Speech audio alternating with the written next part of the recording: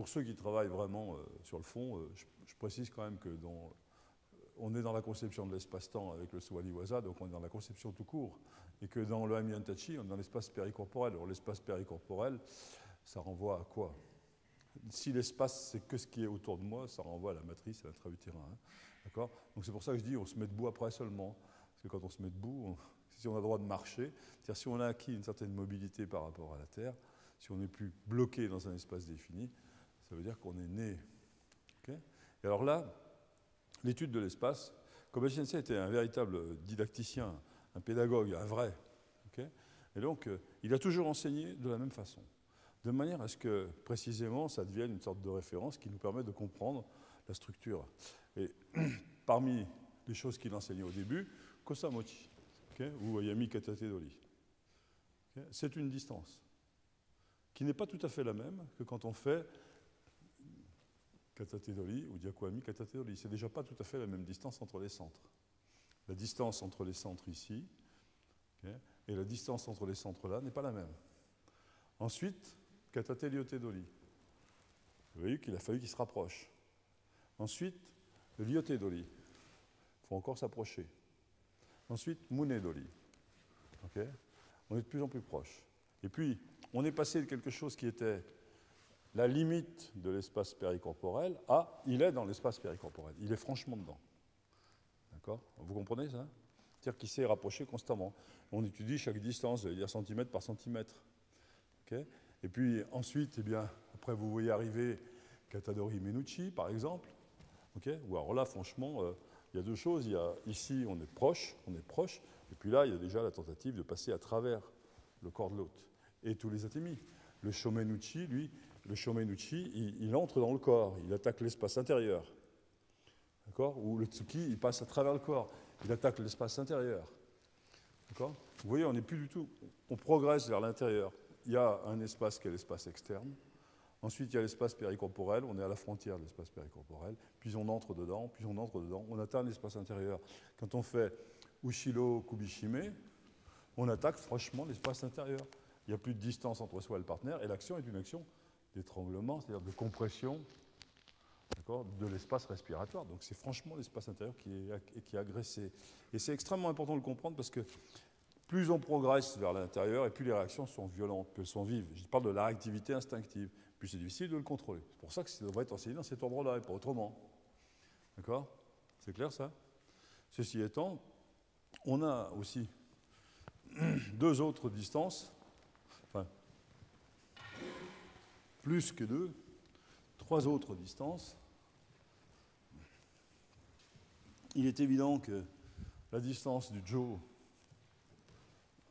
c'est la plus grande. Okay?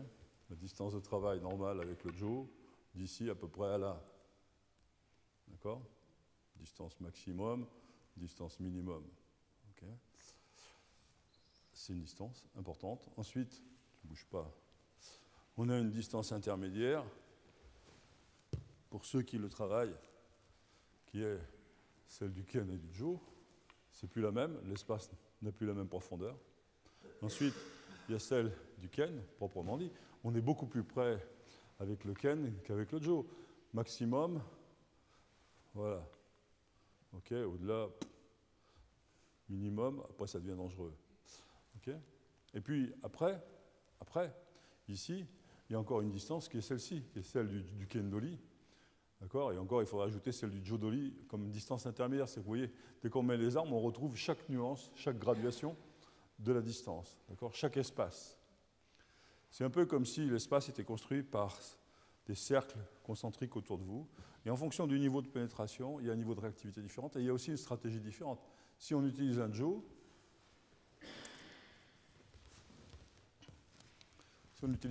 étant donné qu'on frappe avec l'extrémité du Jo, okay, et qu'on frappe le point, la distance de frappe ici, avec un Jo, le Jo est plus long que le Ken. D'accord? Et avec un Ken, on engage le Monouchi. Hein, si on reprend la même position avec un Ken, où tu peux... si on reprend la même position avec un Ken, peu importe. Si je dois frapper ici avec un Ken, voilà où il faut que je me mette, parce que ici, je dois engager le Monouchi, et le Ken est moins long. Donc la distance entre les centres est complètement différente. D'accord? Vous comprenez? Cette distance de la frappe avec le ken et celle de la saisie en ken-dolly, c'est presque la même.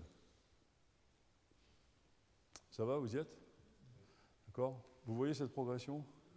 C'est important parce que ça nous permet d'avoir un espace qui est repéré. On n'est pas dans un espace qui est inconnu. D'accord? S'il vient faire Shomenuchi, quand je suis ici, je sais exactement à quel endroit je suis. D'accord? S'il démarre son Shomenuchi là-bas, bon, bah, j'ai le temps de le voir venir, je sais tout de suite qu'il y a trop de temps. Il y a beaucoup de temps. D'accord? Vous comprenez? Mais s'il fait son Shomenuchi comme ça, et qu'ici, bah, je suis un peu loin. Voilà. Il faut que je sois là. Là, je suis bien placé. D'accord? Alors pour ça, il va falloir maîtriser le temps de l'esquive. Vous comprenez? Ouais. Ce sera très important dans les aspirations. Quand il va faire Shomenuchi, et que moi je vais vouloir aller faire Yoko Ilimi, un tout petit écart dans le temps, ça fait impossible. Et puis alors après, boum, tout de suite derrière. D'accord? La difficulté, elle est d'être là au bon moment. Vous comprenez? Exactement au bon moment. Il n'y a pas que la question du temps, il y a la question de la forme aussi. Ça va, vous comprenez ce que je suis en train de vous dire ou c'est trop... Ça va? Je parle pour les débutants de manière à ce que vous sachiez repérer un peu les espaces, et je parle pour les enseignants de manière à ce que vous appliquiez ça à la didactique de vos cours. Okay?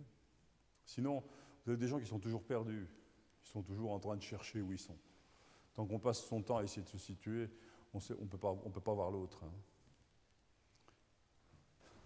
L'harmonisation dont je vous parlais tout à l'heure, la nécessité de s'harmoniser quand on est saisi à cette petite distance-là, vous allez la retrouver avec ces techniques-là. Quand il va faire Shomenuchi, ici, on est très près maintenant, on est à la même distance. Et la façon de prendre contact est très importante.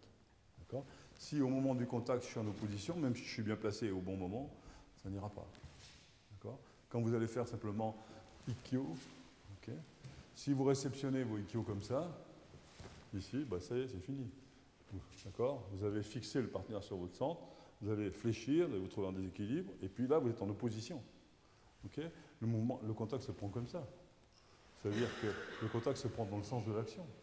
Sa main vient dans ce sens-là, et mon contact, il se prend comme ça, avant de renverser. Vous comprenez? D'accord?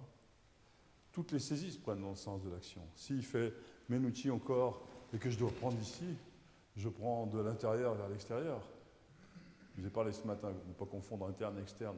Très important. Si je suis en défense, en opposition, j'essaie de prendre par devant. Ok?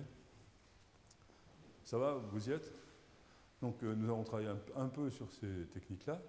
Ici, donc, Shomenuchi, d'abord, le Yoko Ilimi. Okay? Il y a deux choses. Il faut qu'il y ait une aspiration. Ça, c'est la première chose.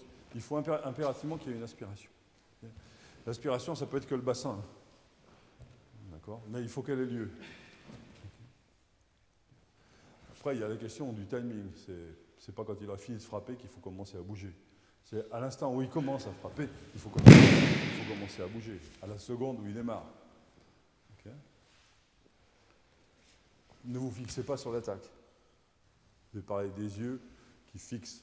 D'accord? Les yeux qui s'arrêtent, la pensée s'arrête. À partir de ce moment-là, le corps s'arrête, la main s'arrête. D'accord? Vos bras doivent être en mouvement tout le temps. Toujours. Toujours en mouvement. Il ne doit pas y avoir d'immobilité, où que ce soit. Distance, forme, okay. Déplacement du corps, déplacement du bras, systématiquement. Okay.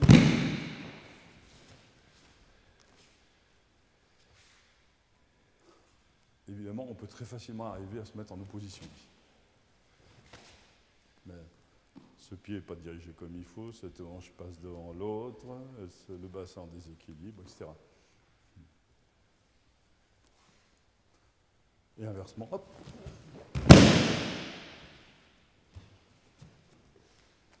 Allez, essayez Shomenuchi, Yoko Ilimi.